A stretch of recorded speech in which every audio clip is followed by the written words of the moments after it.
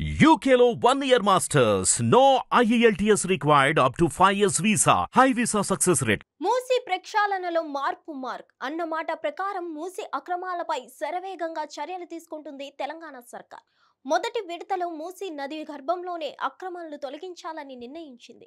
బాధ్యతలను హైడ్రాకు అప్పగించారు సీఎం రేవంత్ రెడ్డి. నిర్వాసితులకు ప్రత్యామ్నాయంగా బాధితులకు డబుల్ బెడ్రూమ్ ఇల్లు వచ్చేలా చర్యలు చేపట్టాలని దిశానిర్దేశం చేశారు. ఆపరేషన్ మూసీ ప్రక్షాళనపై స్వయంగా దృష్టి సారించిన CM Revanth Reddy Musi river front development, metro rail అధికారులతో సమీక్ష నిర్వహించారు.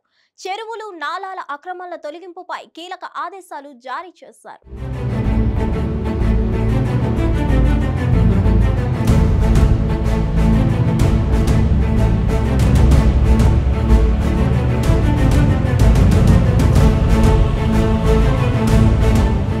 మూసీ పరిసర ప్రాంతాల్లోని అక్రమ కట్టడాలు, కబ్జాల తొలగింపుపై అధికారులు అటాక్ చేయనున్నారు.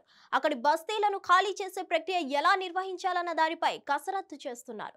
ముఖ్యంగా అక్రమ నిర్మాణాల తొలగింపు సందర్భంగా స్థానికుల నుంచి వ్యతిరేకత రాకుండా ముందే వారికి సర్ది చెప్పాలని నిర్ణయించారు.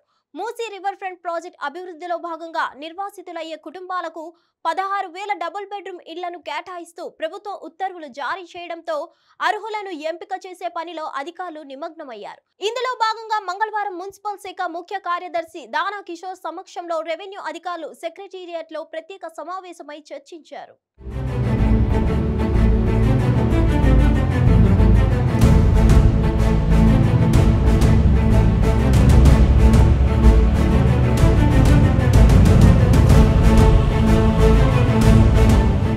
మరోవైపు హైదరాబాద్, రంగారెడ్డి, మేడ్చల్ కలెక్టర్లతో పాటు ఆడుతున్నారు.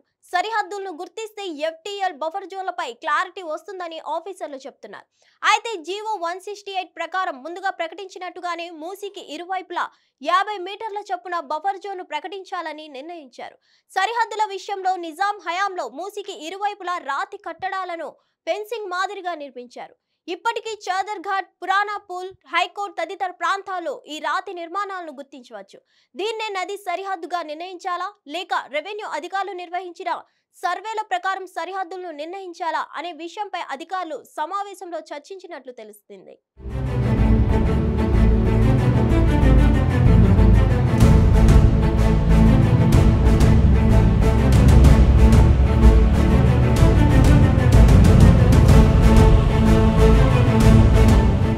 అంతేకాకుండా తూర్పున గౌరెల్లి నుంచి పశ్చిమాన నార్సింగి వద్ద ఓఆర్ఆర్ వరకు 55 కిలోమీటర్ల పరిధిలో విస్తరించలు అధికారుల సర్వేలో తేలింది.